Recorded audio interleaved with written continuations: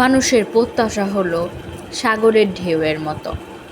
যেমন আপনি দামি কাপড় পরলে আপনার মনে হবে আমি আরও দামি কাপড় পরি। আবার আপনি দামি ফোন ইউজ করলে আবার মনে হবে আরেকটু দামি ইউজ করি, আরেকটু দামি ইউজ করি, আরেকটু দামি ইউজ করি।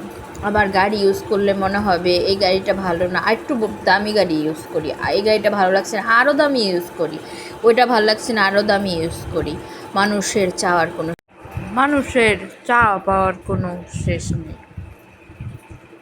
জীবনে আপনি যতই বড় হবেন, যতই আপনি ডেভেলপ হবেন, যতই আপনি টাকা ইনকাম করবেন, দেখবেন আপনার চাহিদাও সেই অনুপাতে বেড়ে যাচ্ছে। আপনি দামি থেকে দামি জিনিস পছন্দ করছেন, এর থেকে আরও দামি জিনিস কিভাবে নেওয়া যায় সেটা করতেছেন, কিভাবে নিজে দামি দামি জিনিস ব্যবহার করে সুন্দর থাকা যায় সেটা করছেন, কারণ আপনার তো টাকার কমতি নেই। তাই যখন পকেটে টাকা আসে অবশ্যই সেভিংস করার চেষ্টা করুন, কারণ টাকা কিন্তু সব সময় পকেটে আসে না, আর সব সময় আসলেও কিন্তু সব সময় কিন্তু থাকে না। টাকা স্বপ্নের সাথে কখনো কম্প্রোমাইজ করবেন না। স্বপ্ন দেখবেন সব সময় বড় বড়, কারণ স্বপ্ন দেখতে কিন্তু টাকার প্রয়োজন হয় না।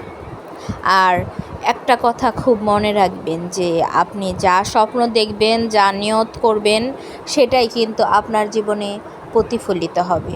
কারণ কথায় আছে যে নিয়তের মান বরকত। এটা আপনি অনেক কাজকর্মে মিলিয়ে দেখবেন যে আপনি যেটা ভেবেছেন সেটা কিন্তু অনেক সময় বেশিরভাগ সময় 100% টাইমেই হয়ে যায়, 2-1টা মিস যায়।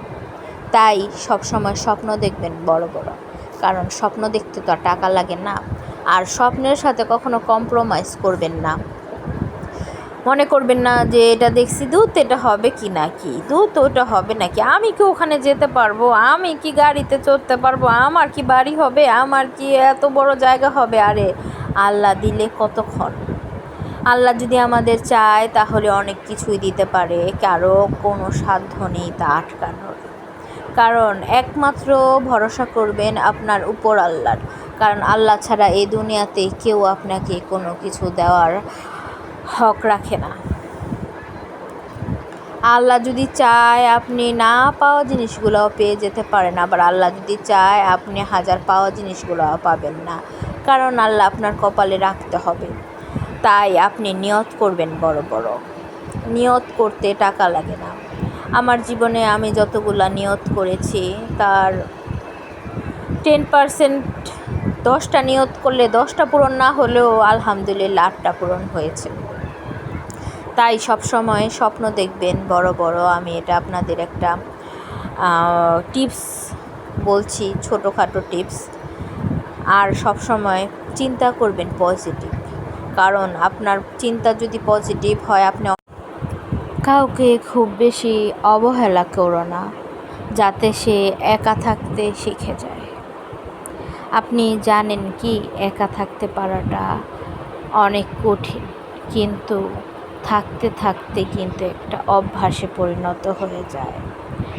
একটা মানুষ যখন একা থাকতে শিখে যায় তখন তাকে কে ভালো বলল, কে খারাপ বলল, কে আসলো, কে গেল, কে তাকে নিয়ে সমালোচনা করলো, কিছুই কিন্তু তার যায় কিংবা আসে না। কারণ সে তো একাই, তার তো চলতে হবে একাই, এখানে যেতে হবে একা, ওখানে যেতে হবে একা, তার তো কোনো সঙ্গী নেই। যার সঙ্গী নেই তার আবার ভালো মন্দর কী আছে, তার আবার সমালোচনার কী আছে, তার কোনো কিছুর অবজ্ঞা নেই, কোনো কিছুর অপেক্ষা নেই, কোনো কিছুরই কিন্তু কোনো যায় আসে না তার। তাই কাউকে খুব বেশি অবহেলা করবেন না। জীবনে ধন দৌলত, বাড়ি গাড়ি, টাকা পয়সার চেয়েও আপনার আনন্দটা অধিক গুরুত্বপূর্ণ। ছোট্ট এ জীবনে কী বা থাকে, সবই চলে যায়, শুধু থাকে আনন্দের মুহূর্তগুলো স্মৃতি হিসেবে। তাই সময় পেলে নিজেকে মুহূর্ত উপহার দিন, কারণ মুহূর্তগুলো কিন্তু সারা জীবন আপনার হৃদয়ে গেঁথে থাকবে। আপনার হৃদয়ে জায়গা করে থাকবে জীবন হতে জীবন্তর পর্যন্ত। আপনি যতদিন পৃথিবীতে বেঁচে থাকবেন ততদিন কিন্তু আপনার মনে জায়গা করে যাবে। ওই যে মনে হবে, আহারে ওখানে গিয়েছিলাম, কত সুন্দর সময় কাটিয়েছি, কত মজা হয়েছে, কত হাসি ঠাট্টা করেছি, কত আনন্দ করলাম। আহারে এরকম দিন কি আর ফিরে পাওয়া যাবে এখন? এই কথাটা বলেই কিন্তু আক্ষেপ করবেন, কিন্তু হারানো সময়টা বা হারানো মুহূর্তটা, আনন্দের মুহূর্তটা আর কখনো ফিরে পাবেন না। মুহূর্তগুলো সুন্দর হোক আর অসুন্দর হোক, কেন যেন সুন্দর মুহূর্তগুলাই কিন্তু আমাদের জীবনে জায়গা করে নেয় আমাদের মনের মধ্যে। মুহূর্তগুলো কিন্তু সব সময় এক থাকে না।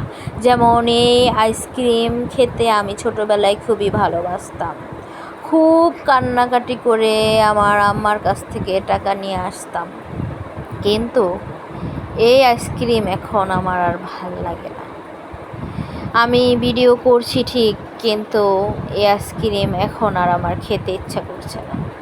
আমার ব্যাগে কিন্তু অনেকগুলা টাকা, কিন্তু তাও আমার খেতে ইচ্ছা করছে না, কারণ আমার সেই মুহূর্তটাই তো নাই। যে ছোটোবেলার মুহূর্ত, যে ছোটোবেলার আনন্দটা আমার মধ্যে ছিল, সেটা কিন্তু নাই। সেই চরকাটা ঘুরানোর মধ্যে যে আনন্দ ফিল করতাম, যে আহারে চরকাটা ঘুরালেই মনে হয় 4টা আইসক্রিম পাবো, 2টা আইসক্রিম পাবো, কিন্তু সেই মুহূর্তটা, সেই অনুভূতিটাই আমার হারিয়ে গিয়েছে কোথায় যেন। আমার ব্যাগে ভর্তি টাকা থাকলেও আমার খেতে ইচ্ছা করছে না, আমার কোনো কান্নাকাটি করতে ইচ্ছা করছে না, কারণ আমার সেই ছেলেবেলাটাই কিন্তু নাই। সেই মুহূর্তটাই কিন্তু আমার জীবন থেকে হারিয়ে গেছে। জীবন হতে জীবনের শেষ প্রান্তে কখনোই কিন্তু আমার সেই মুহূর্তটা আর ফিরে পাবো না। আমার যে ওল্ড ইজ গোল্ড ছিল, সেটা কিন্তু আর ফিরে। নিজের পরিকল্পনার কথা অন্য কাউকে বলা বন্ধ করে। হ্যাঁ, যে বা যারা নিজের পরিকল্পনার কথা অন্যকে বয়ে বেড়ান, আপনারা একটা কথা মনে রাখবেন, আপনার সব পরিকল্পনা কিন্তু আপনার আত্মীয় স্বজনেরা পছন্দ করবে না। আবার সব আত্মীয় স্বজনও যে আপনাকে ভালোবাসে তাও কিন্তু না। অনেক টক্সিক আত্মীয় স্বজন থাকে যারা কিংবা আপনাকে পছন্দ করে না। আপনার পরিকল্পনা শুনে তারা, মানুষ সারা জীবন আপনাকে সঙ্গ দিবে এটা কিভাবে ভেবে নিলেন? কারণ মানুষ তো জানাজাতেও কাঁধ বদল করে, আর সঙ্গ দেওয়া তো খুব দূরের কথা। এই পৃথিবীতে টাকা দিয়ে সব কিছু কিনতে পাওয়া গেলেও কিন্তু হারিয়ে যাওয়া স্মৃতি আর পুরনো দিনগুলো কখনো ফিরে পাওয়া যায় না। কোনো টাকার বিনিময়ে কিন্তু সেগুলো কিনতে পাওয়া যায় না। 1000 কোটি টাকার বিনিময়েও আপনি আর কখনোই আপনার হারিয়ে যাওয়ার সময় এবং স্মৃতি কোনোটাই কিন্তু ফিরিয়ে আনতে পারবেন না। তাই আপনার মেয়ে যখন আবদার করে, তখন তার আবদারগুলো পূরণ করুন, কারণ মেয়েরা একটু আবদারি হয়, একটু আবেগী হয়। তারা আবদার করে তাদের সব কিছু সময়ে